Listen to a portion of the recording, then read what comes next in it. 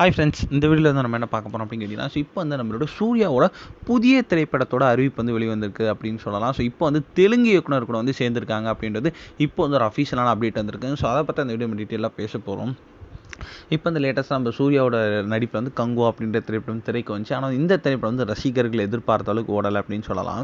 அடுத்ததாக வந்து அவரோட நடிப்பில் வந்து நம்மளோட சூர்யா 44 கார்த்திக் சுப்ராஜ் இயக்கத்தில் அவர் வந்து நடித்து முடிச்சிருக்காங்க.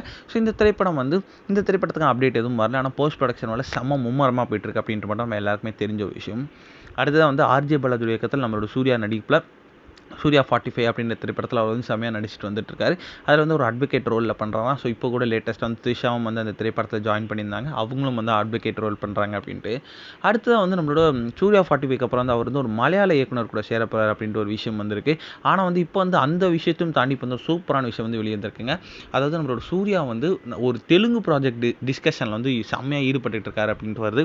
அதாவது நம்மளோட வென்கி அட்லூரி, அதாவது நம்மளோட வாத்தி, அதுக்கப்புறம் லக்கி பாஸ்கர் இந்த திரைப்படத்தெல்லாம் எடுத்து தமிழ் சினிமாக்கே ரொம்ப ரொம்ப ஃபேமஸான வென்கி அட்லூரி கூட தான் வந்து நம்மளோட சூர்யா வந்து தெலுங்கு ப்ராஜெக்ட்ல வந்து இணைய போகிறதா வந்து இப்போ வந்து நியூஸ் வந்திருக்கு. இந்த திரைப்படம் தெலுங்கு மற்றும் தமிழில் வந்து ரிலீஸ் ஆகும் அப்படின்ட்டு சொல்கிறாங்க. ப்ரொடக்ஷன் ஹவுஸ் கூட வந்து சித்தாரா என்டர்டைன்மெண்ட் தான் வந்து ப்ரொடக்ஷன் பண்ணுறாங்க அப்படின்ட்டு வந்து இப்போ வந்து நியூஸ் கிடச்சிருக்கு. இந்த ஒரு விஷயம் வந்து சூர்யா ஃபேன்ஸ் மத்தியில் செம்ம ட்ரெண்டிங்காக போயிட்டுருக்கு.